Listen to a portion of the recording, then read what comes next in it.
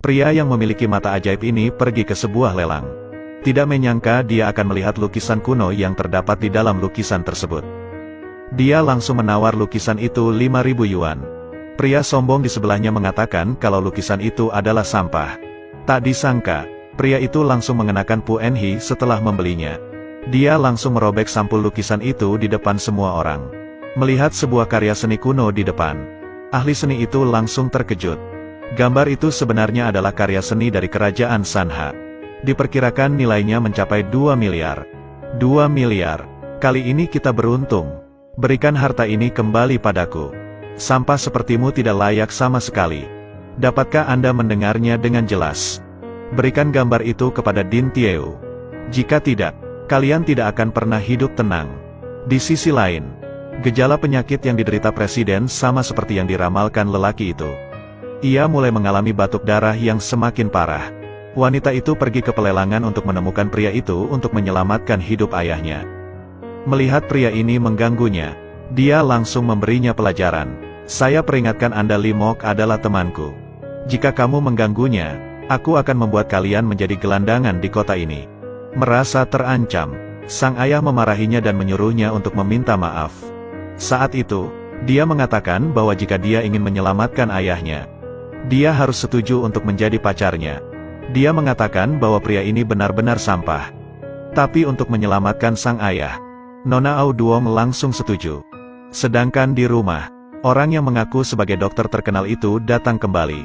Ia bersiap menyuntikkan jarumnya kembali. Pria itu bergegas menghentikannya. Jika jarum ini dimasukkan olehmu kembali, dia akan langsung kehilangan nyawanya. Pria yang mengaku sebagai dokter terkenal ini tidak dapat menerimanya. Cepat menjauh dariku. Apakah kamu mendengar itu? Cepat pergi. Kalian semua diam. Kami tidak butuh tabib gadungan sepertimu lagi. Seharusnya kemarin aku percaya padanya.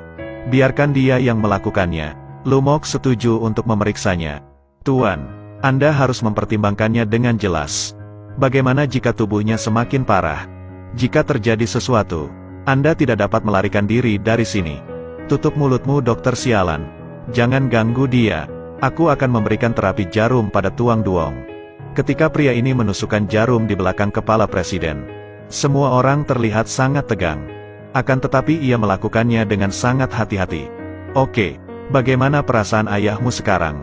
Ayah, bagaimana perasaanmu? Sepertinya kamu telah melakukan kesalahan yang fatal kepada tuanku. Dari awal sudah kubilang untuk tidak mempercayai bajingan ini. Sepertinya penyakit presiden semakin parah. Ia sama sekali tidak kompeten. Kamu yang melakukannya dan kamu yang harus menanggung tanggung jawabnya. Limok hanya diam dan melemparkan jarum itu kepada mereka. Jangan sentuh ayahku. Limok, aku sudah mempercayakan ayahku padamu. Apakah kamu telah menipuku? Jika terjadi sesuatu kepada ayahku, aku tidak akan memaafkanmu. Tak lama presiden mulai sadar. Setelah aku memuntahkan darahnya, aku merasa lebih baik. Mereka yang melihatnya merasa sangat aneh.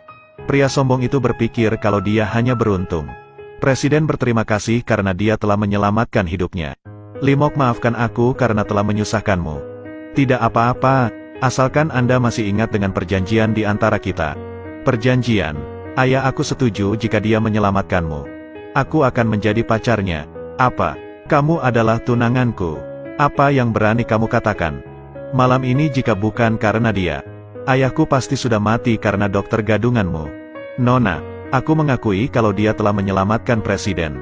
Tapi bagaimana posisi bajingan itu dapat dibandingkan dengan saya? Apa yang kamu punya? Ku bisa memberikan aset perusahaan Duong Gia padanya. Terima kasih untuk para dokter yang sudah berusaha menyelamatkanku.